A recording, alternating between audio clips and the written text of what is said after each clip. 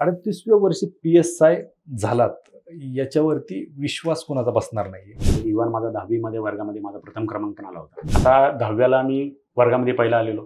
12वीला आता अभ्यास नाही, काही नाही, फक्त खेळणं. मी म्हटलं की आता माझा अभ्यास झालेला नाही आणि मी परीक्षा देणार नाही. गेल्या वर्षी तर मी म्हटलं की माझा अभ्यास झाला नाही, आता या वर्षी परीक्षा. मी अक्षरशः घरामधून पळून गेलेलो. शक्ती कपूर म्हणतो की मैं खून खराबे वाले खानदान से हूँ. तसं माझं खानदान म्हणजे बिघडवाला खानदान. मला असं वाटायचं की माझी ओळख माझ्यामुळे झाली पाहिजे, माझ्या वडिलांमुळे नाही झाली पाहिजे. आणि ते म्हटले की आता तुला नाही देता येणार. बरं.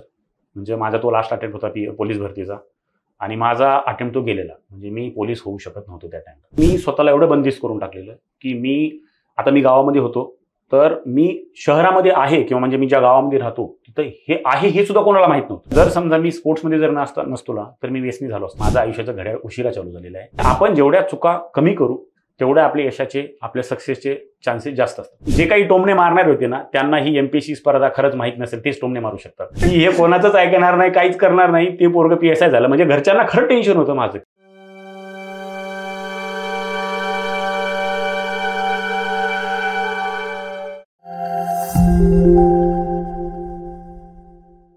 नमस्कार, मी किरण निंबोरे. वास्तव कट्ट्यावरती आपल्या सर्वांचं स्वागत. आपल्या सर्वांना माहिती की स्पर्धा परीक्षा आणि त्यातल्या त्यात PSI म्हटलं की विशेषतः ग्रामीण भागातील लाखो विद्यार्थी स्वतःला आजमावण्यासाठी पुणे असेल किंवा आपापल्या जिल्ह्यांमध्ये येत असतात आणि स्वतःला आजमावत असतात. आज वास्तव कट्ट्यावरती आपल्यासोबत गप्पा मारण्यासाठी आहेत PSI पदी नुकतीच ज्यांची निवड झाली असे अरविंद सिरसा सर. सर, आपलं वास्तव कट्ट्यावरती खूप खूप स्वागत. थँक्यू. सरांची 2022ची जी काही PSIची परीक्षा होती त्याच्यामधून सिलेक्शन झालं. तर सरांना का बोलवलंय वास्तव कट्ट्यावरती? सरांचं 38व्या वर्षी PSI म्हणून सिलेक्शन झालंय.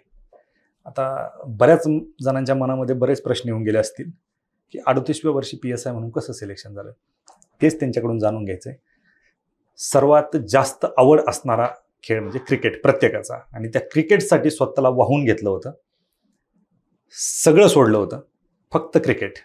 वेळप्रसंगी घर पण सोडलं क्रिकेटसाठी, आणि त्याच क्रिकेटला सोडून वयाच्या 38व्या वर्षी PSI पदी निवड झालेले अरविंद सर आपल्यासोबत आहेत. सर, पुन्हा एकदा स्वागत आपलं.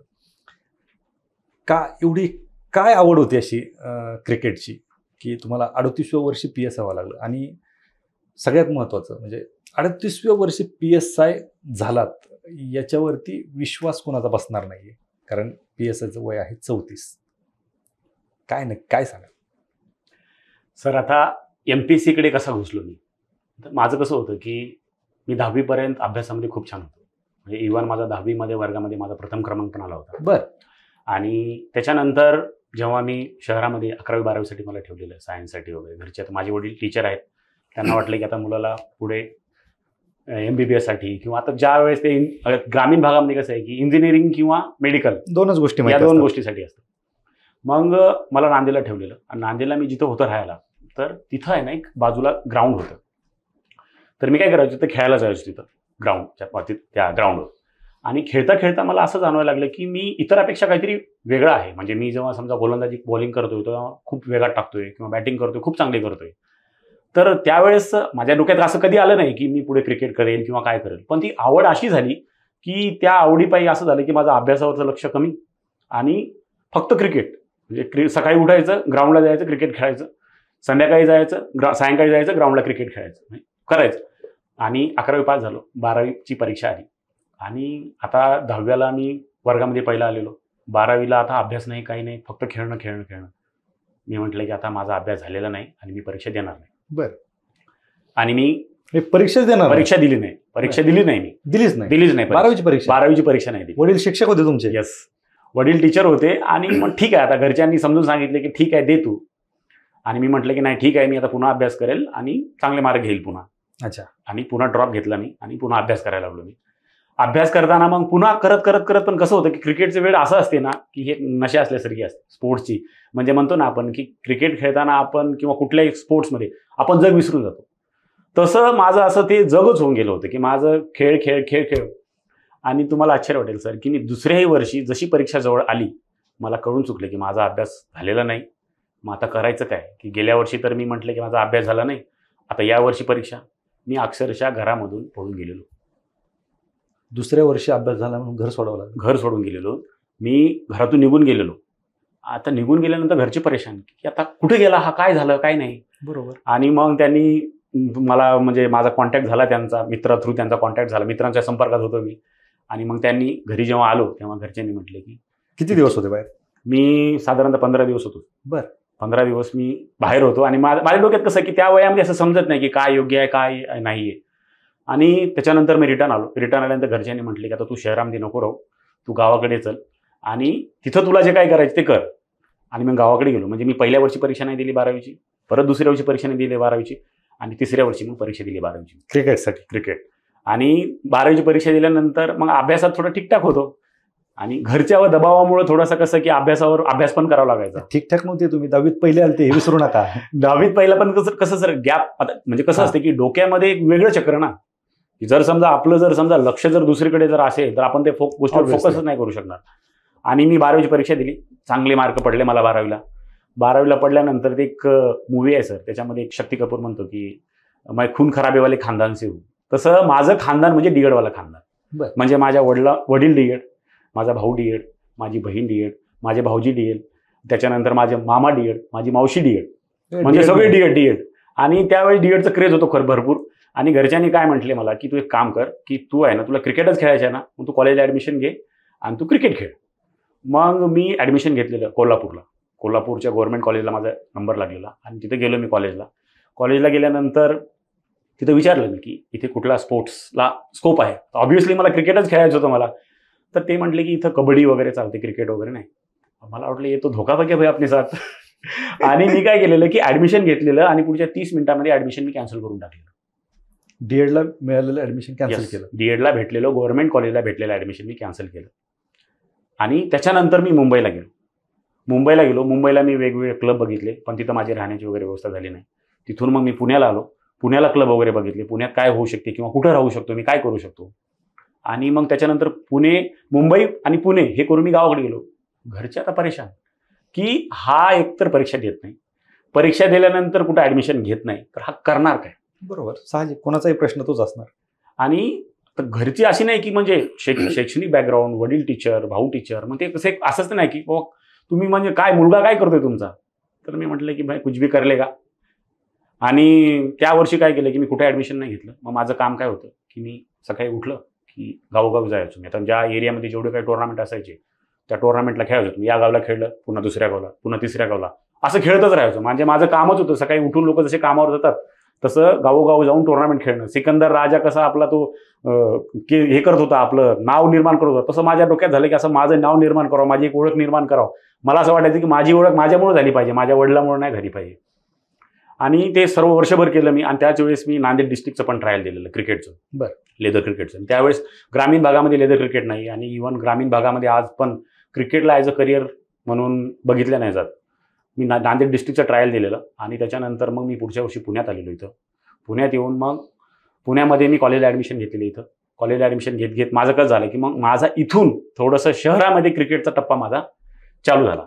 आणि इथं जेव्हा पुण्यात आलो तेव्हा मग काय झालं की कॉलेज करायचं, कॉलेज ॲडमिशन घेतलेलं. कॉलेज ॲडमिशन का घेतलं, कारण फक्त राहायला भेटते म्हणून. काही आवड नाही शिक्षणाची, बिलकुल आवड नाही. की का, कारण राहण्याची सोय होते. राहण्याची सोय होते इथं. आणि पुण्यामध्ये मला क्लब भेटतील, म्हणजे चांगले कोचेस वगैरे भेटतील. कारण मी गावाकडे काय करायचो की मी टीव्हीवर बघायचो, टीव्हीवर झहीर खानला बघायचं, आशिष नेहराला बघायचो. मग त्यांची ॲक्शन, मी लेफ्ट आर्म पेस बॉलर होतो, त्यांची ॲक्शन फॉलो करायची. ते काय काय करतात, कसं रनअप घेतात, काय करतात काय नाही, हे डोक्यामध्ये. आणि इथं आल्यानंतर मग कॉलेज वगैरे झालं. कॉलेज झाल्यानंतर माझं कसं होतं की माझा क्लबला कॉन्ट्रॅक्ट झालेला आहे का, मग त्यांच्याकडून मला एक मंथली त्यांच्या एक अमाऊंट भेटायची आणि त्यांच्या क्लबकडून मला मॅचेस खेळायला लागायच्या. आणि त्याच दरम्यानमध्ये मी पुण्याची प्रतीक नावाची टीम आहे, डिंगडॉंग नावाची, प्रतीक आणि डिंग दोन्ही त्या एकच टीमच्या नाव आहेत. तर ती एक व्यावसायिक, म्हणजे टेनिस बॉलर ज्यातून धोनी कसा पैशासाठी टेनिस क्रिकेट खेळायचा, तसं माझं कसं झालं की टेनिस क्रिकेट खेळायला लागलो मी त्या टीमसोबत. आणि ती खूप चांगली टीम होती, पुण्यातली टॉपची टीम होती. आणि माझा असा होता फंडा की मी कुठेही ग्राउंडला जर गेलो ना, तर मी काय करायचो की आता समजा मी पुण्यात आलो, तर मी पुण्यातला किस्सा सांगतो सर. मी पुण्यामध्ये जेव्हा आलेलो तेव्हा फर्ग्युसन कॉलेजला टुर्नामेंट चालू होतं क्रिकेटचं. सेमीफायनलची मॅच होती तिथं. आणि मी त्यांना म्हटलं की मी बॉलर आहे, मी 2 बॉल टाकून दाखवतो तुम्हाला. मी 2 बॉल टाकले आणि त्यांनी मला खेळवलेलं. म्हणजे माझ्यात पोटेन्शियल होतं, पण त्याला एक डायरेक्शन भेटत नव्हती त्या टाईमला. आणि मी इथं आल्यानंतर मग माझं कसं लेदर क्रिकेट पण चालू झालं आणि टेनिस क्रिकेटमधून मला पैसे वगैरे पण भेटायला लागले. त्याच्यामुळं माझ्या बाकीच्या गोष्टी, डाएट वगैरे ह्या गोष्टी या सगळ्या मॅनेज झाल्या. आणि मग सुरू झालं. पण एक कसं की माझं असं व्हायचं की ज्या वेळेस काही महत्त्वाची मॅच असेल, आता माझं असं झालं होतं की सिलेक्शनच्या मॅचेस होत्या आणि त्याच वेळेस मला पहिली इंजुरी झाली, माझं फिंगर इंजुरी झाली आणि त्या फिंगर इंजुरी रिकवर होण्यासाठी मला 2 महिने गेले. तो इयर गेला. त्याच्यानंतर पुन्हा मला अशी इंजुरी झाली. म्हणजे माझं काय व्हायचं की इंजुरी तुम्ही रिकवर व्हायचो, खेळायचो आणि नेमकं मॅचेसच्या टाईमला काहीतरी इंजुरी व्हायची. पुन्हा आणखी मला अँकल इंजुरी झाली आणि अँकल इंजुरी ती अशी झाली की सर त्याच्यामध्ये माझं लिगामेंट टिअर झालेलं आणि त्या लिगामेंटमधून रिकवर होण्यासाठी मला 2 वर्ष लागली.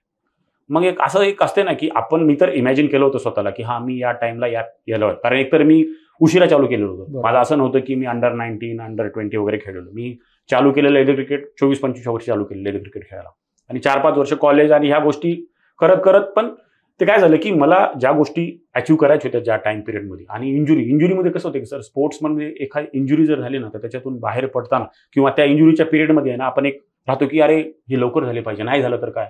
मग मला असं वाटायचं की काहीतरी त्याच्यासोबत आपल्याला फायनान्शियली स्टॅबिलिटी असावी, काहीतरी असावी की त्याच्यातून म्हणजे मला आणखी जरा जास्त खेळता येईल पुढं. आणि पुण्यात जेव्हा मी खेळायचो तेव्हा पुणे पोलीसची पण एक क्रिकेटची टीम होती. पुणे पोलीस म्हणजे ज्याच्यामध्ये जे चांगले खेळतात त्यांची टीम असायची आणि ती टीम मॅचेस त्यांची प्रॅक्टिस. आणि मग मला वाटलं की मी हे करू शकतो. म्हणजे पुणे पोलीस जर समजा मी ट्राय करून जर समजा इथं जर झालो, मी सिलेक्ट जर झालो तर मला क्रिकेट पण खेळायला भेटेल, फायनान्शियल स्टॅबिलिटी पण राहील आणि घरच्यांना जे टेन्शन आहे माझं की हा काय करतोय, घरचे पण थोडे निवांत होतील. बरोबर. हा विचार करून मी काय केलेलं की आणि हा विचार कधी आला मला की वयाच्या 30व्या वर्षी आला. वयाच्या 30व्या वर्षी वयात आलेला. आता म्हणजे मी तुम्हाला जे 38 ॲट द एज ऑफ 38 जर समजा मी PSI होऊ शकलो तर कशी जर्नी काय ती, तर वयाच्या 30व्या वर्षी आला आणि मी चालू केली, अभ्यास वगैरे चालू केला, थोडं ग्राउंड वगैरे केली. पण माझं काय झालं की लॉंग जम्प माझी चुकीची गेली आणि मी रिटर्नला क्वालिफाय नाही. कितव्या वर्षी? हे वयाच्या 30व्या वर्षी. नाही, वय वर्ष साल. आता हे साल 2018 होतं. ओके. हां.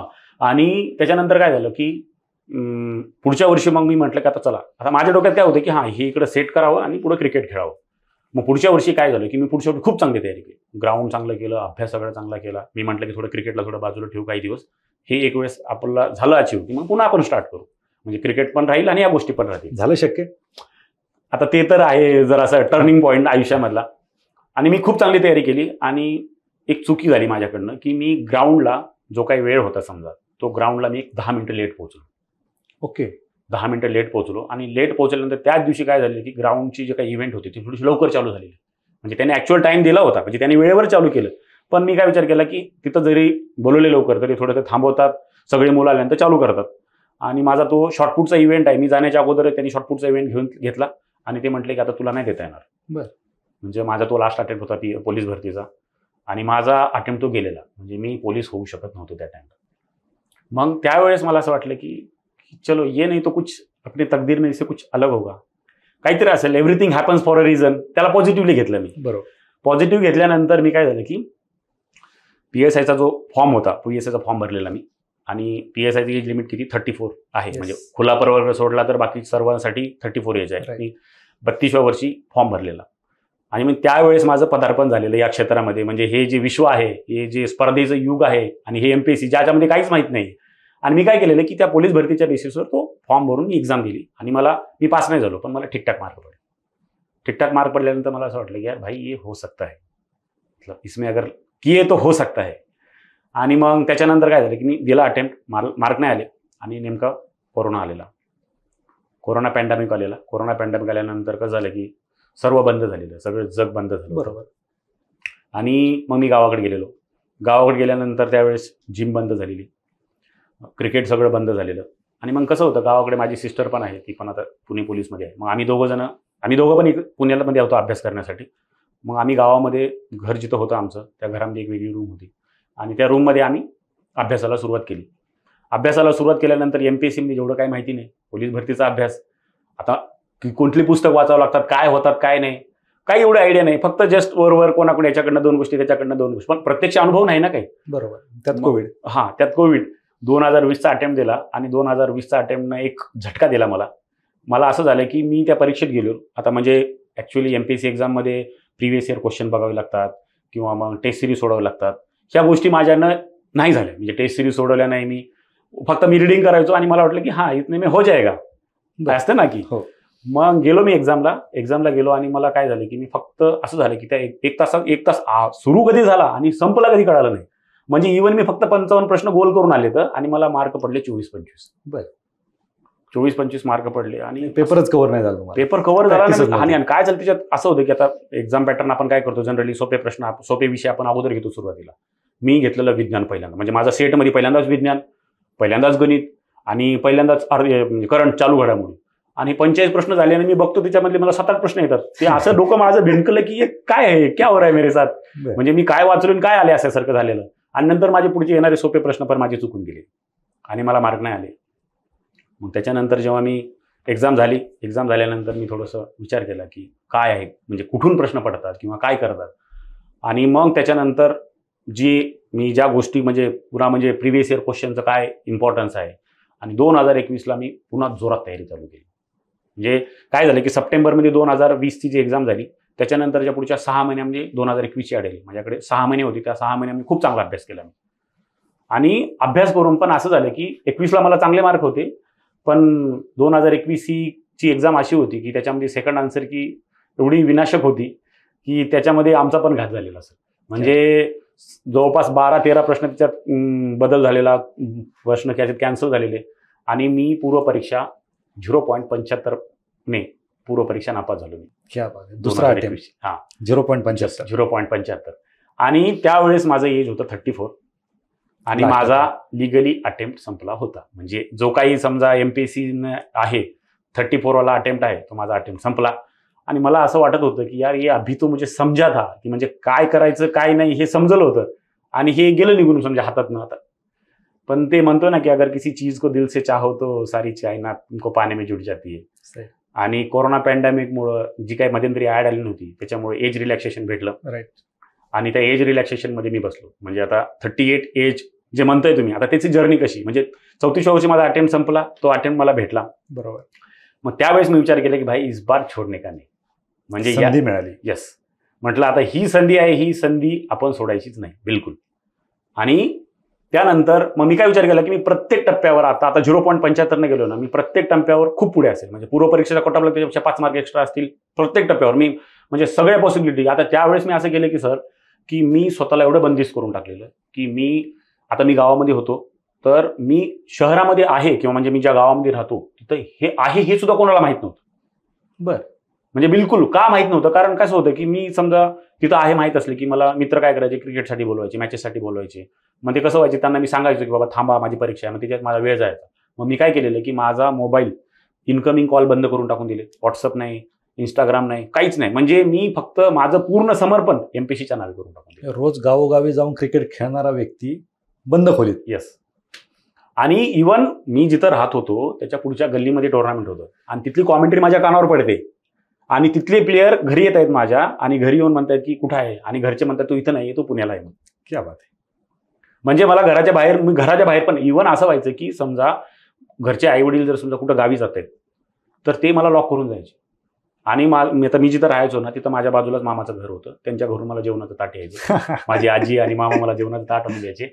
माझा तिथला जो मित्र आहे तो बाला नावाचा, तो मला काही कुठल्या गोष्टी असेल तो आणून द्यायचा. त्यालाच फक्त माहिती होतं की मी तिथं आहे म्हणून. म्हणजे पूर्णपणे मी काय केलेलं की माझी कुठलीच गोष्ट अशी ठेवली नाही की तिथं माझी एनर्जी जाईल. पूर्णपणे शक्ती लावली तिथं, डिस्ट्रॅक्शन बिलकुल ठेवले नाही. आणि 2022मध्ये जी पूर्वपरीक्षा झाली त्याच्यामध्ये जेवढा काही कट ऑफ लागलेला त्या कट ऑफपेक्षा 5 मार्क घेऊन मी पूर्वपरीक्षा पास झालो. क्या बात. आणि पूर्वपरीक्षा पास झाल्यानंतर मग जो पुढचा जो सेकंड आन्सर केलं तुम्ही, संधीच दिली नाही संधी. मी म्हटलं ना, मी जेवढा कट ऑफ लागला होता त्या कट ऑफपेक्षा मला 5 मार्क जास्त होते. म्हटलं आता नको, संधीच नको द्यायला, बिलकुल संधी नको द्यायला, बिलकुल चान्स नाही द्यायचा. पूर्वपरीक्षा झाली, पूर्वपरीक्षेमध्ये मार्क होते चांगले. आणि त्याच्यानंतर जी मुख्य परीक्षा होती, आता मुख्य परीक्षेमध्ये सर मला माझ्या मित्राची साथ खूप लाभलेली. कारण MPSC क्षेत्रामध्ये जेव्हा येतो तेव्हा आपल्याला गायडन्स, कारण जे आता विद्यार्थी आहेत तिथं किंवा जे कोणी समजा आता कोणी 22व्या वर्षी पण होतं, बरोबर, कोणी 38व्या वर्षी होतं. मग आता मी उशिरा सुरुवात केली. कोणाला 22व्या वर्षी होतं इन द सेन्स त्याच्या पाठीमागे कोणाचा तरी अनुभव आहे, कोणाचं तरी मार्गदर्शन आहे त्याला. कारण MPSCमध्ये तर समजा तुम्ही ट्रायल आणि एरर जर करत असाल तर तुम्ही 7-7, 8-8 वर्ष कसे निघून जातील तुमच्या कळणार नाही. मग माझा एक मित्र होता, तो पण PSI मेन्सला होता. मग आम्ही डिस्कशन वगैरे करायचो. त्याने मला लॉबद्दल कसा वेगळा म्हणजे जो काय पॅटर्न आहे समजा तो सगळा केलेला. आम्ही काही ऑनलाईन क्लास घेतलेले आणि मी पूर्णपणे जो अभ्यास आहे माझा तो पूर्ण अभ्यास मी घरीच बसून केलेला. आणि मला कुठले जे क्लासेस होते ते क्लासेस मी ऑनलाईन मोबाईलवर वगैरे हे करून त्या गोष्टी केलेल्या. आणि हे सगळं तुमचं गावाकडे चाललं होतं? यस. ओके. आणि ऑनलाईन क्लासेस तुम्ही ऑनलाईन क्लासेस केलेले, जे मराठी ग्रामर, इंग्लिश आहे, लॉ आहे. म्हणजे पुण्यासारख्या ठिकाणी एवढ्या उशिरा सुरुवात करून पण तुम्हाला वाटलं नाही की असं क्लास करावा किंवा जाऊन क्लासला ऑफलाईन क्लास करावा? मला काय वाटतं सर, की जर समजा तुम्हाला एखादी गोष्ट करायची आहे तर ती तुम्ही कुठेही बसून करू शकता. तुम्हाला समजलं ना, आता माझा का पॉसिबल झाला, कारण मला नंतर कळालं की कुठून वाचावं लागतं किंवा कुठली पुस्तक वाचले पाहिजे, काय असलं पाहिजे, प्रिव्हियस इयर क्वेश्चनचं काय महत्व आहे किंवा काय केलं पाहिजे. मग तुम्ही कुठून बसा, तुम्ही घरी बसून करा किंवा तुम्ही लायब्ररीत बसून करा, तुम्ही काय शेतामध्ये बसून करा, झाडाखाली बसून करा, कुठून करा, ते मॅटर नाही करत. तुम्हाला कळालं ना की काय करायचं नेमकं, तर मग तुम्ही कुठूनही करू शकता. आणि बरोबर. तो प्लॅन आहे तुमच्याकडे, कुठले विषय, कसं आहे, काय काय. आणि आता तर कसं आहे की आता गरज नाही पुण्यात येण्याची, सर्व क्लास ऑनलाईन झालेले आहेत. तुम्ही एका ग्रामीण भागामध्ये एका कुठल्याही तांड्या वस्तीवर पण राहून तुम्ही एमपीएससी क्रॅक करू शकता आणि त्याचे बरेच उदाहरणं आहेत त्याच्यामध्ये. आहेत ना, भरपूर आहेत. मग मुख्य परीक्षेचा रिझल्ट आल्याच्या नंतर काय केलं? मुख्य परीक्षा झाली. मुख्य परीक्षामध्ये माझं कसं होतं की सर, मी आहे ना असं टार्गेट ठेवायचो की मला एवढे मार्क, आणि माझं आत्ता पण टार्गेट आहे, मी 140चं टार्गेट ठेवलं होतं की, आणि ते मी असं पॅडवर असं हे केलं होतं, मला 140 मार्क मला पाहिजेत सिलेक्शन व्हायचं असेल तर. मुख्य परीक्षा झाली आणि मला 147 मार्क आले, म्हणजे मी जेवढं ठरवलं त्याच्यापेक्षा जास्त. आणि मुख्य परीक्षा आल्यानंतर मग म्हणजे तो एक कसं, आता ग्राउंड तर क्वालिफाईंग होतं आणि माझं असं होतं की मी उलटी सुरुवात केली. माझं फिजिकल फिटनेस अगोदर होतं. मी ज्या वेळेस, आणि दुसरी गोष्ट सर, मी ज्यावेळेस जेव्हा डिस्ट्रॅक्शन मी म्हणतोय ना, तर त्यावेळेस मी अगोदर जेव्हा मी स्पोर्ट्समध्ये होतो, जेव्हा माझं सगळं चालू होतं, त्यावेळेस मी 71-72 kgचा होतो. पण त्या जर्नीमध्ये म्हणजे मी जेव्हा सर्व बंद केलं तेव्हा फिटनेस बंद, मी 70चा मी 87 किलोचा झालेलो. 17 किलो वजन वाढलं. 17 किलो वजन वाढलेलं माझं. पण मला वाटायचं की यार मुझे वापसी का रस्ता पता है, मला माहित आहे की कमबॅक कसं करायचंय. बरोबर. आणि स्पोर्ट्समध्ये असते ना की एखादा जरी समजा आपली मॅच खराब जरी गेली तर पुढच्या मॅचमध्ये कसं कमबॅक करायचं त्याचं जर माहित असेल तर आपल्याला त्या अपयशाची भीती नाही वाटत. आणि तेच होतं माझ्यामध्ये की, आणि त्याच्यानंतर मी सुरुवात केलेली फिजिकल फिटनेसची, आणि फिजिकल झालं माझं. आणि त्यावेळेस पण फिजिकल फिटनेस करते वेळेस पण मला इंजुरी झालेली लॉंग जम्प करते वेळेस, पण तरी पण त्या इंजुरी रिकवर होऊन मला ग्राउंडला 89 मार्क पडलेले. हे 17 किलो वजन वाढलेलं असतानाही तुम्हाला वयाच्या कितव्या वर्षी तुम्ही ग्राउंड दिलं?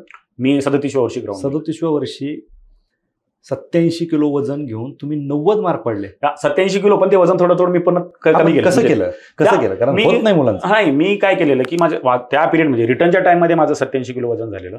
आणि जेव्हा मी फिजिकलच्या सुरुवात केलेली त्यावेळेस मग मी व्यवस्थित, म्हणजे आहार व्यवस्थित, आता ॲज अ फिजिकल फिटनेस म्हणजे स्पोर्ट्समध्ये असल्यामुळं की न्यूट्रिशनचं व्हॅल्यू माहीत होतं की कुठल्या फूड घ्यायला पाहिजे आपल्या बॉडीसाठी, काय करायला पाहिजे, इंजुरीपासून कसं वाचायला पाहिजे, काय नाही, या गोष्टी करून मी मग पुढच्या जे, आता आमचं कसं रिटर्न एक्झाम झाली ऑक्टोबरमध्ये आणि माझं फिजिकल झालेलं मे महिन्यामध्ये, म्हणजे 5 ते 6च्या दरम्यान या टाइम पिरियडमध्ये मी सर्व वेट लॉस केलेला आणि मार्क मिळवलेले. बरोबर. तुम्हाला वेळ पण भेटला. येस. तुमचं फिजिकल क्वालिफाय पण होतं ना? हां, फिजिकल क्वालिफाय होतं. पण माझं असं होतं की आता मला माहित होतं की मी जेव्हा इंटरव्ह्यूला जाईल तेव्हा जर समजा मला त्यांनी जर फिजिकलचे मार्क जर बघितले तर असं नको की त्यांना की ये गलती से आ गया. बरोबर. म्हणजे त्यांना असं वाटलं पाहिजे की मी डिझर्विंग कॅन्डिडेट आहे, मी प्रत्येक फेजमध्ये डिझर्विंग कॅन्डिडेट, मी कुठल्याही फेजमध्ये मी कमी नाही.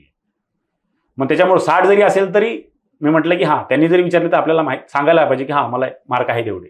बरं. आणि इंटरव्ह्यूचा जो टप्पा होता तो?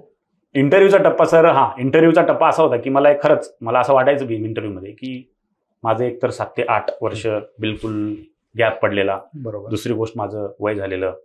मग मला वाटायचं की याचा निगेटिव्ह इम्पॅक्ट पडेल. मला असं वाटायचं की मला 20-22 मार्क भेटतील. पण जेव्हा इंटरव्ह्यूला गेलेलो मी आतमध्ये जेव्हा गेलो, माझ्या आयुष्यातला पहिला असा इंटरव्ह्यू होता, म्हणजे एवढ्या वर्षानंतर गॅप नंतर की पहिल्यांदा असं मी कुठंतरी होतोय की एमपीएससी स्पर्धा म्हणजे खूप कठीण आहे. बरोबर. एक होतं सबकॉन्शियस माइंडमध्ये. पण जेव्हा मी आतमध्ये एंट्री घेतल्यानंतर माझा जो आपली प्रोफाईल असतो, सरांकडे असते प्रोफाईल, त्यांनी बघितले आणि म्हटले हे काय, म्हणजे एवढे वर्ष कुठं काय, एवढा गॅप काय. मग मी त्यांना सांगितले की सर मला असं क्रिकेटची आवड होती, माझी जर्नी सांगितली त्यांना. बरं म्हटले की मग तुला काही रिग्रेट नाही ना काही, म्हणजे स्पोर्ट्समध्ये एवढे तुझा टाइम गेला. मी म्हटलं सर की रिग्रेट नाही आहे, कारण जर समजा मी स्पोर्ट्समध्ये जर नसतो ना तर मी व्यसनी झालो असतो सर. म्हटलं त्या ज्या 12-13 म्हणजे 12वीला जेव्हा होतो मी, तर त्या वयामध्ये एक व्यसन म्हणजे एक आकर्षण असतं, म्हणजे माणूस काय करतो की चुकीच्या गोष्टीला थोडंसं लवकर बळी पडतो, आणि मी पण त्या गोष्टीकडे अट्रॅक्ट होत होतो. आणि मला ह्यामुळे व्यायामाची सवय लागली. आज मी दररोज 2 तास व्यायाम करतो, 5 किलोमीटर रनिंग करतो, आणि आयुष्यात कधी चहा पण पिला नाही म्हटलं मी, आणि ते त्यांना खरंच इम्प्रेसिव्ह वाटलेलं. की म्हणजे कोण तिथे ऍक्सेप्ट करणार आहे की मी व्यसनकडे जाऊ शकत होतो. आणखी दुसरा प्रश्न होता की तुझं लग्न कसं काय, म्हणजे आता कसं झालं की त्यांना तर क्लिअर दिसलेलं आहे की माझ्या प्रोफाईलवरून की याचं एज्युकेशन खूप नाहीये. मग त्यांनी ॲज अ पर्सन किंवा हा कसा आहे किंवा काय आहे याचं व्यक्तिमत्व हे जाणून घेण्यासाठी त्यांचे प्रश्न होते. माझे असे नव्हते प्रश्न की टेक्निकल टाईप, आता बऱ्याच विद्यार्थ्यांना टेक्निकल टाईपचे असते तसे नव्हते माझे प्रश्न. मग त्याच्यानंतर दुसरे विचारले की तुला तुझे पॉझिटिव्ह पॉईंट काय. म्हटलं की सर माझं असं आहे की मी कुठल्याही गोष्टीमध्ये जेव्हा मी माझी एनर्जी लावतो तेव्हा 100% झोकून देतो. म्हटलं ओके. मग निगेटिव्ह पॉईंट, मला हाच निगेटिव्ह पॉईंट आहे सर. म्हटलं कसं काय. म्हटलं सर की जेव्हा मला एज्युकेशन आणि स्पोर्ट्स या गोष्टीला बॅलन्स करायला पाहिजे होतं त्या गोष्टी मी बॅलन्स केल्या नाही आणि मी आता त्याच्यावर प्रयत्न करतोय. आणि ते खरं त्यांना पण ते पण पटलं. म्हणजे कसं आहे की इंटरव्ह्यूमध्ये की आपली समजा कुठली जर गोष्ट असेल समजा तर ती समोरच्याला पण पटली पाहिजे. आणि त्यांना ती पटली गोष्ट आणि इंटरव्ह्यू मला 26 मार्क पडलेले इंटरव्ह्यूला. क्या बात आहे. आणि चांगले मार्क दिले तुम्हाला. बरं, हे सगळं होत असताना ज्यावेळेस कुटुंबाचा तर आधी विरोध होता, तुम्ही तो डावलूनच गेले होते. एकतर क्रिकेटमध्ये पण करिअर होत नव्हतं, तुम्ही खेळताय तो चांगला भाग होता, पण ज्या दृष्टीने तुम्ही करिअर म्हणून त्याच्याकडे पाहत होते त्या दिशेने कुठं पाऊल पडत नव्हतं. स्पर्धा परीक्षेचं काहीच नव्हतं, म्हणजे तुमच्या हातात काहीच नव्हतं. क्रिकेट खेळणं सोडता हातात काहीच नव्हतं. कोणी काही बोलत नव्हतं तुम्हाला. बोलत कसं होतं सर की मित्र जे होते मित्रांना बिलीफ होता की हा जिथे जाईल तिथे साध्य करेल. माझं असं होतं सर की माझा एक मित्र आहे तो पोलीसमध्ये, तर आम्ही दोघं क्लासमेट होतो. त्याला आता 7-8 वर्ष झालेली त्याला जॉईन होऊन. तर तो घरी जर आला ना तर घरच्यांना असं वाटायचं की तू लागला हा कधी काय होणार. मी त्याला म्हणायचो बाबा तू घरीच येऊ नको मला तुला भेटायचं असेल तर मला बाहेरच भेट. पण त्याचा विश्वास माझ्यावर असा होता की तुम्ही टेन्शन नका घेऊ, मी या बॉन्डवर लिहून देतो की हा होणार म्हणजे होणार. म्हणजे ज्यावेळेस स्पोर्ट्स होतं त्यावेळेस त्याला माहिती होतं स्पोर्ट्सचं टॅलेंट, पण जेव्हा मी अभ्यासाकडे जेव्हा इकडे स्विच झालेलो तर त्याला माहित होतं की हा करू शकतो, याच्यामध्ये आहे. आणि सर कसं आहे की मीच म्हणून नाही, कुठल्याही खेळामधला जो एक स्पोर्ट्स असतो त्याची जी एकाग्रता आहे, त्याची जी ग्रास्पिंग पॉवर आहे, त्याचा जो म्हणजे म्हणतो ना की एक वेगळं हार्मोन असते त्याच्यामध्ये, फायटिंग स्पिरिट असतं, तर तो स्पिरिट मला इथं उपयोगी पडलेला. आणि घरच्यांना कसं होतं की घरच्यांना असं होतं की हा करतोय तर करेल, हा बिलीफ होता घरच्यांना की हा करतो तर करेल. म्हणजे हा एज्युकेशनमध्ये लावतोय ताकद, लावतोय फोकस. आणि त्यांनी काय केलं, त्यांनी प्रत्यक्ष मला बघितलेलं अभ्यास करताना. अगोदर माझं असं होतं की मला असं बोलायचे घरी, तू इथं जाऊ नको तिथं जाऊ नको खेळण्यासाठी मॅचेससाठी. आणि जेव्हा मी अभ्यास करायला लागलो ना त्यावेळेस घरचे म्हणायचे की तू थोडं तर बाहेर निघ, थोडं तर व्यायाम कर. म्हणजे त्यांना दिसलेलं ना की त्यांच्या डोळ्यासमोर हा एवढा करतोय. मग तो त्यांचा हळूहळू जो ट्रस्ट आहे की त्यांना जो वाटत होतं की हा होईल हा, आणि हे खरंच त्यांचं जे विश्वास आहे तो विश्वास सार्थक करून दाखवलं. मला खरंच त्याचा आनंद वाटतो मला. बरोबर. इंटरव्ह्यूमध्ये पण तुम्हाला लग्नाचा प्रश्न विचारला होता. इंटरव्ह्यूमध्ये लग्नात मला म्हटलेलं आहे की तुमचं लग्न. मी म्हटलं सर की माझं आयुष्याचं घड्याळ उशिरा चालू झालेलं आहे आणि मला आयुष्यामध्ये ज्या गोष्टी आहेत, आता कसं आहे की कोणी आहे ना, कोणी 50व्या वर्षी यशस्वी होतो, कोणी 20व्या वर्षी होतो, कोणी 40व्या वर्षी, कोणी 60व्या वर्षी पण यशस्वी होतो. मला गोष्टी उशिरा समजल्या सर. म्हटलं मला गोष्टी उशिरा समजल्या आणि उशिरा समजल्यामुळे मला उशिरा सुरुवात झाली. जर समजा याच गोष्टी जर समजा मला एक 4 वर्ष अगोदर जर समजल्या असत्या ना तर तुमच्यासमोर मी 4 वर्ष अगोदर असतो सर म्हटलं. बरोबर. मग ते पण त्यांना असं म्हणजे पटलं त्या गोष्टी. बरोबर. आता हा जो प्रवास होता, एक तर तुम्हाला क्रिकेटची आवड होती, तुम्ही सगळं सोडायला तयार होत त्यासाठी आणि सोडलंही होतं. काय स्पर्धा परीक्षेचा अभ्यास करत असताना आपण तुम्हाला माहिती आहे की बरेच विद्यार्थी 7-8 वर्षापासून 10 वर्षापासून अभ्यास करतायत, कोणी दुसऱ्या वर्षी यश मिळवतं. अर्थात तुम्हालाही तिसऱ्या अटेम्प्टमध्ये यश मिळालं. काय चुका होत होत्या? पहिल्या अटेम्प्टमध्ये तुम्हाला खूप कमी मार्क होते, दुसऱ्या अटेम्प्टमध्ये तुम्ही 0.75 मार्कनी गेले, तिसऱ्या अटेम्प्टमध्ये तुम्ही यशस्वी झालात. एवढ्या उशिरा सुरुवात करून पण काय अशा सुधारणा केल्या तुम्ही एवढ्या स्पीडमध्ये की तुम्हाला यश आलं? सर आता कुठल्याही क्षेत्रामध्ये जेव्हा जातो तेव्हा रिक्वायरमेंट काय आहे. समजा आता MPSC क्षेत्रात जर आलो आपण तर सिलेबस, त्याच्यानंतर त्याचं जे काही, आता पुस्तकं तर सर्वांकडेच आहेत, पण त्या पुस्तकामधला आणि आपल्याला काय होतं माहिती आहे का, त्या पुस्तकातला महत्त्वाचा पार्ट कुठला आहे आणि हे महत्त्वाचा पार्ट कोण सांगतं तर प्रिव्हियस इयर क्वेश्चन. राईट. मग ते अगोदर कसं होतं, प्रिव्हियस क्वेश्चनचं अनालिसिस नव्हतं. मग जेव्हा आता समजा एखादा टॉपिक जर घेतला मी तर त्या टॉपिकमध्ये नेमकं काय आहे, म्हणजे त्याचा हट काय आहे, त्याचा गाभा काय आहे, म्हणजे त्याच्यातून नेमकं काय विचारायचं आहे, हे प्रिव्हियस इयर क्वेश्चन सांगतात तुम्हाला. आणि मला काय वाटतं की सर प्रिव्हियस इयर क्वेश्चनचं अनालिसिस तुम्ही जेव्हा करता, मी जेव्हा प्रिव्हियस इयर क्वेश्चनचं अनालिसिस केलेलं आणि जी काही रिक्वायरमेंट होती ती रिक्वायरमेंट फुलफिल केलेली.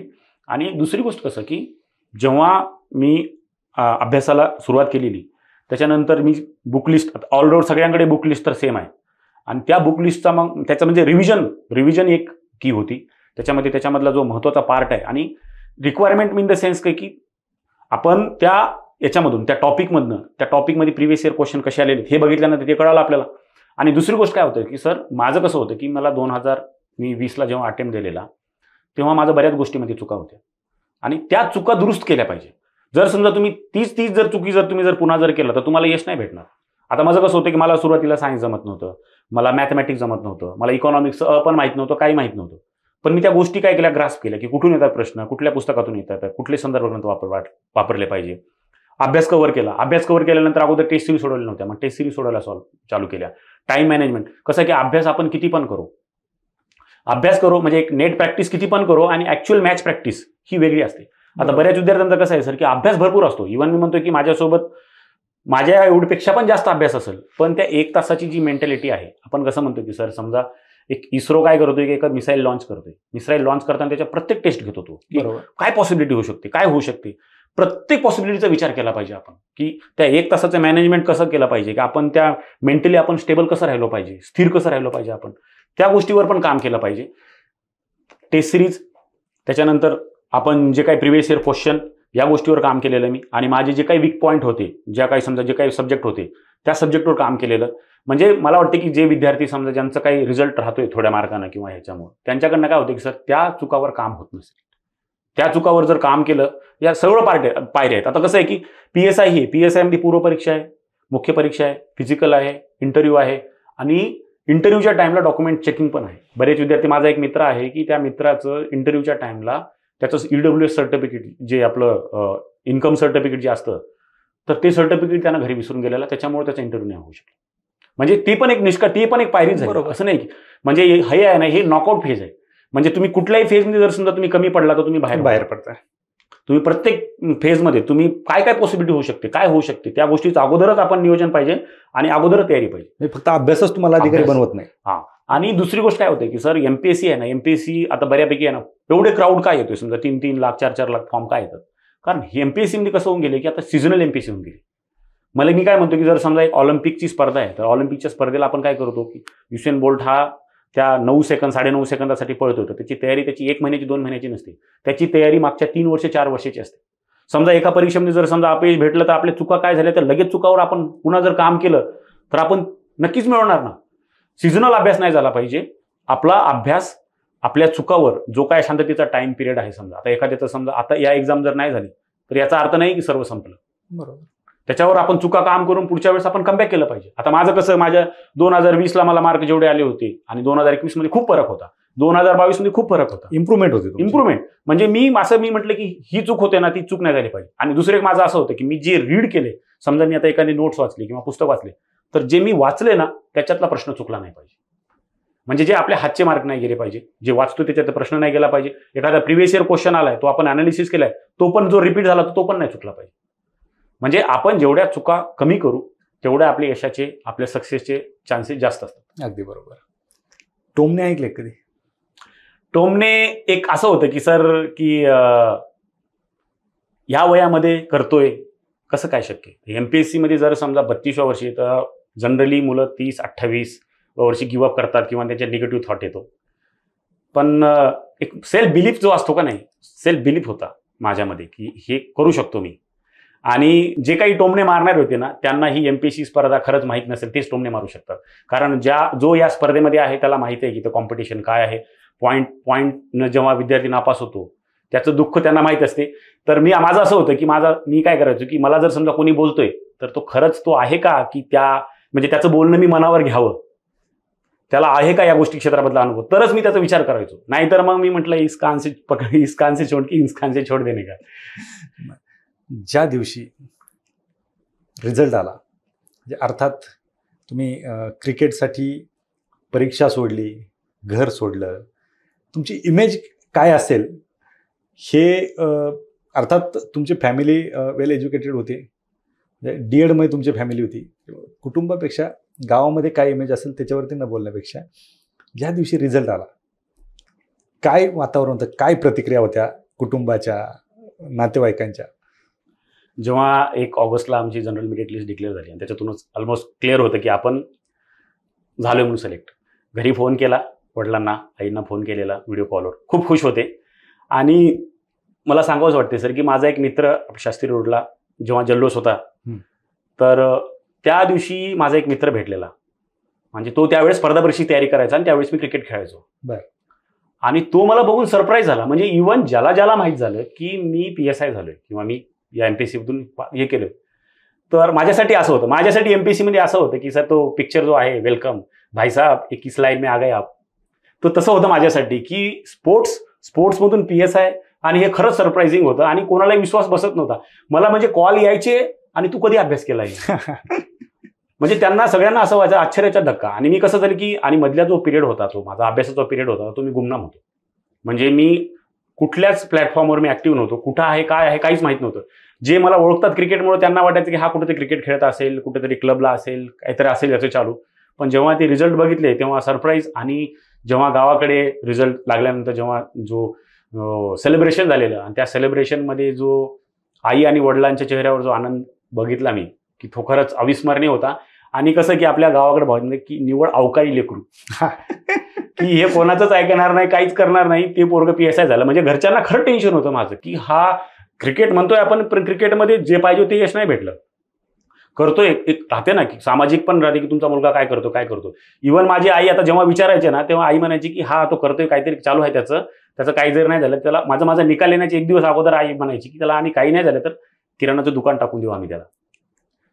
म्हणजे मी त्यांना म्हटलं की जोपर्यंत माझा रिझल्ट आउट होणार नाही तोपर्यंत तुम्ही कोणाला सांगू नका तुम्ही. आणि झाल्यानंतर दुसऱ्या दिवशी ते पण सरप्राईज झाले की तुम्ही तर असं म्हणत होते आणि तुमचा हे झालेला PSI झालेला मुलगा. आणि खरंच तो आनंद आहे ना की जो आपले म्हणतो ना की आपल्या आई वडिलांचे आपण ॲसेट आहोत. म्हणजे आपलं यश हे त्यांचं यश आहे. आपलं यश आपल्या एकट्यांचं नसतं, ते आई वडिलांचं, आपल्या भावा बहिणीचं, आपल्या मित्रांचं, जे आपल्यावर ट्रस्ट ठेवतात त्या सगळ्यांचं यश असतं. आणि त्या यशासाठी आपण खरंच धडपड केलीच पाहिजे, पूर्णपणे झोकून दिलं पाहिजे आपण त्या गोष्टीसाठी. नक्कीच. कारण जे यश कोणीच अपेक्षित केलं नव्हतं ते तुम्ही सरप्राईजली त्यांना दिलंय. म्हणजे अर्थात तुम्ही जसं म्हणले की अवकाळी, म्हणजे हे काहीच करू शकत नाही असेही गावातले लोक म्हणत असतील. ते PSI झाले, शेवटी त्यांचा टोन लगेच बदलला असेल, तो भाग वेगळा आहे. अर्थात त्यांची चूक नव्हती, कारण वयाच्या 34व्या-32व्या वर्षी तुम्ही अभ्यास सुरू केला होता. असो, स्पर्धा परीक्षा तुम्ही आता जवळून पाहिली. काय तुम्हाला व्यायामाची आवड आहे, मी सांगितलं रोज 2 तास व्यायाम करता. स्पर्धा परीक्षेची तयारी करणे विद्यार्थी तुम्ही पाहिले असतील किंवा तुम्ही अभ्यास करताना व्यायाम बंद केला होता. मी जो व्यायाम बंद केला होता तो मी पर्टिक्युलर टाईमसाठी बंद केला होता. आणि दुसरी गोष्ट कसं की मी व्यायाम बंद करण्याच्या अगोदर मी फिजिकली चांगला फिट होतो. माझं असं होतं की हां मला हे किती दिवस करायचे, जास्त दिवस नाही करायचे. पण MPSCमध्ये सर काय माहिती आहे का की MPSCच्या या विळख्यामध्ये एवढे विद्यार्थी अडकले येतं आणि त्यांना कसं होतं की ते शरीराकडे बिलकुल दुर्लक्ष करतात. आणि त्याच्यामुळे काय होतं की काय एखादी समजा परीक्षा देतोय आपण आणि त्या परीक्षेत रिझल्ट नाही आला तर आपल्या हातात काय येतं, काहीच नाही येत. आपलं फिजिक आपलं खराब झालेलं असतं, आपली एक्झाम गेलेली असते आणि याच गोष्टीतून आपल्यामध्ये निगेटिव्हिटी पण येते. आता जर समजा मी वयाच्या 38व्या वर्षी जर समजा मी फिजिकली आणि मेंटली जर आहे तर ते फिजिकल ऍक्टिव्हिटीमुळं, एक्सरसाइजमुळं, चांगल्या हेल्दी हॅबिटमुळं आहे. तर मला वाटतं की सर 38 वर्षी वाटत पण नाहीत ना. तर कसं आहे की मीच नाही की जगामधला कोणी व्यक्ती जर समजा व्यायाम जर व्यवस्थित केला आणि त्यानं चांगल्या आहाराच्या जर सवयी असतील ना त्याच्या, तर तो 10 वर्ष कमी दिसतो वयाच्या. अच्छा. आणि माझं पण असं होतं की मला जर समजा कोणी जरी विचारलं ना मी सांगत पण नाही, कारण काय होतं की मी 38 जर सांगितलं ना तर मला आणखी 38 प्रश्न येतील. कसं काय नाही, त्याच्यामुळे मी पण 10 मायनस करून सांगतो. वय तरी खोटे किंवा पोस्ट तरी खोटे. म्हणजे बिलीफच नाही होत. आता तुम्हाला पण वाटत नसेल की मी खरंच. आणि कसं आहे की या MPSCमध्ये आहे ना शरीराकडे लक्ष दिलंच पाहिजे. तर MPSCमध्ये जी मुलं आहेत तर एकतर त्यांना मेसचं खाणं बरोबर काहीच मिळत नाही, नाश्ता त्यांचा बाहेर, सर्व बाहेर. आणि पोहे मी तर म्हणेन की त्यांनी हेल्दी हॅबिट लावा. नाश्ते पोह्याच्या ऐवजी तुम्ही फ्रुट्स खा, दूध घ्या, स्प्राउट्स घ्या, ड्रायफ्रुट्स घ्या, हेल्दी हॅबिट लावा. म्हणजे मेंटली पण आपण राहू. कारण कसं आहे माहिती आहे का की याच्यामध्ये फाईट जर करायचं असेल तर आपण फिजिकली फिट पण असलं पाहिजे. नक्कीच. एक शेवटचा प्रश्न, पहिल्या अटेम्प्टमध्ये अपयश, दुसऱ्यात अपयश, तिसऱ्यात यश, नसता आलं यश तर नसता आलं यश तर असं झालं होतं की सर इसमें कुछ ना कुछ तो मैं निकाल लेता था. म्हणजे PSI जरी नसतो झालं ना तर एवढा अंदाज आला होता मला की नाही ते झालं, पण ही जी संधी होती तुम्हाला, म्हणजे दुसरा अटेम्प्ट ही तुमची शेवटची संधी होती, नशिबाने साथ दिली, तिसरी संधी तुम्हाला मिळाली, त्याच्यातही फेल झाले असते तर काय? कारण आता पुढे संधी नव्हती सर तुम्हाला. मी काम केलं असतं, मी फिटनेस इंडस्ट्रीमध्ये काम केलं असतं किंवा स्पोर्ट्समध्ये कोचिंग वगैरे अशा टाईपमध्ये घुसलो असतो. म्हणजे मी फिटनेस, माझी आवड होती ती, मी त्याच्यामध्येच काम केलं असतं. आणि इव्हन मी PSI जरी एक्झाम दिली तर मी ग्रुप सी मध्ये पण माझा स्कोर होता, तिकडे पण माझं सिलेक्शन झालं असतं. पण इकडे झाल्यामुळे मी हे केलं नाही. आणि प्लॅन बी जो म्हणतोय ना, तर माझा क्रिकेट नंतर हा प्लॅन बी आहे. म्हणजे या क्षेत्रामध्ये येणं प्लॅन बी आहे. स्पर्धा परीक्षाच प्लॅन बी होता. प्लॅन बी माझा, स्पर्धा परीक्षा माझा प्लॅन बी झालेला. ओके. आणि झोकून देऊन केल्यानंतर म्हणजे म्हणतो ना की if you want to success you must be narrow minded. Narrow minded झालेलो मी, हे सहजासहजी शक्य नव्हतं सर. म्हणजे एखाद्याचं एवढं गॅप, सगळ्या गोष्टी, माझं असं होतं की सर की माझ्या हातामध्ये फक्त बॉल, माझ्या हातात कधी पेन आलं तर वाटायचं हे वेगळं काय आहे. म्हणजे एवढं असं झालेलं की लिहिता जरी असेल तर मला म्हणजे खूप दिवसानंतर आपण लिहायला जरी गेलो तर आपलं अक्षर नीट काढता येत नाही, तसं होतं. तर तिथून जर इकडे मी स्विच होऊ शकतो तर ते काय होऊ शकलो, काय नाही, काय त्या ज्या गोष्टी आहेत समजा, म्हणजे काय डिमांड काय आहे एक्झामची, त्या डिमांडनुसार केलेलं. आणि तुम्ही म्हटलं ना की जर समजा इकडे नसतं झालं तर मी फिटनेस इंडस्ट्रीमध्ये काम केलं असतं, फिटनेसवर काम केलं असतं आणि कोचिंगमध्ये काम केलं असतं. नक्कीच सर. खरं तर तुमचं एक उदाहरण राहील, कारण वयाच्या 38व्या वर्षी ज्यांचं PSI म्हणून सिलेक्शन होते, तुम्ही अजून ट्रेनिंगला जायचे, म्हणजे वयाच्या 40व्या वर्षी तुम्ही फौजदार बनून बाहेर येणार आहेत. कदाचित हे पहिलं उदाहरण असू शकतं. आणि याला सर काय होतं की जी एक्झाम पद्धती आहे, अर्थात लवकर तुमची चूक नाहीये ती. आता ते आता ज्या आपल्या हातातलं आहे ते करू Yes, शकतात. yes, ते yes. 3 आता आमची एक्झाम झाली त्याचा 3 वर्ष, 3रा वर्ष चालू आहे, तरी आमचं आणखी जॉईनिंगची डेट नाही आली. नाही, बरोबर. अर्थात ती तुमची चूक नाही, ती सिस्टीमची चूक आहे, यंत्रणांची चूक आहे, अर्थात आयोगाची देखील चूक आहे. सो त्याच्यावरती काही जास्त बोलण्यात अर्थ नाही. ज्या वेळेस तुम्हाला ट्रेनिंगला न्यायचं त्याच वेळेस ट्रेनिंगला तुम्हाला घेऊन जाणार आहेत. आणि अर्थात जरी तुमचं वय जास्त असलं तरी तुम्हाला ट्रेनिंगमध्ये काही त्रास होणार नाही याचा विश्वास आम्हाला आहे. निश्चित आपण वास्तव कट्टेवरती आलात. आणि खरं तर तुमच्याकडे पाहून आपले जे काही श्रोते आहेत, जे इंटरव्ह्यू पाहत आहेत किंवा आपला पॉडकास्ट पाहत आहेत, हे नक्कीच मोटिवेट होतील किंवा जे डिमोटिवेट झालेले आहेत त्यांना एक नवीन ऊर्जा तुमच्याकडून मिळेल. तुम्ही वास्तव कट्टेवरती आलात आणि मनसोक्त गप्पा मारल्यानं तुमचा प्रवास मांडला, त्याबद्दल खूप खूप आभार. धन्यवाद सर. थँक्यू. आणि मला एकच सांगावंसं वाटते सर की एखादा लॉक आहे आणि त्या लॉकला जर समजा 10 चाब्या आहेत, तुम्ही 8 चाब्या ट्राय केल्यात आणि 2 चाब्या राहिल्यात समजा ट्राय करायच्या, तर जे गिव्हअप करतात ना, मी त्यांना म्हटलं की ते 2 चाब्या ट्राय, काय सांगते त्या 2 चाब्यामध्ये तो होणार असतं. नक्कीच. तर कसं असते की थोडक्यातून जर समजा आपली जात असेल तर त्या चुकावर काम करून आपण काम केलं पाहिजे. आणि सर्व मित्रांना मी म्हणतो की सर्व यशस्वी व्हावं, त्यांची स्वप्न पूर्ण व्हावं. आणि थँक्यू सर की मला तुमच्या प्लॅटफॉर्मवर बोलण्याची संधी दिली. आणि मी तुम्हाला आठवत नसेल सर की मी तुम्हाला माझी पूर्वपरीक्षा झाल्यानंतर मी तुम्हाला पुण्यामध्ये भेटलो होतो आणि मी तुम्हाला म्हटलं होतं की मी तुमच्या प्लॅटफॉर्मवर मी पॉडकास्ट देणार आहे. मी तुम्हाला आठवत नसेल, पण आज खरंच ते सत्यात उतरलं. त्याबद्दल मी थँक्यू सर तुमचा. तुमची इच्छाशक्ती होती. आणि तुम्ही जे चावीचं उदाहरण दिलं, चावी आणि कुलूप, 10 चाव्यांमधल्या 8 चाव्या, नंतर 2 चाव्या, तुमच्या चाव्या संपल्या होत्या, पूर्ण की संपून गेले होते तुमच्या, तरीही तुम्हाला नशिबाने तुमच्या एक एक्स्ट्रा की मिळाली आणि त्या कीमध्ये तुम्ही आज सक्सेस झालात. नक्कीच तुम्हाला भावी वाटचालीसाठी खूप खूप शुभेच्छा. थँक्यू. Yes, thank you sir.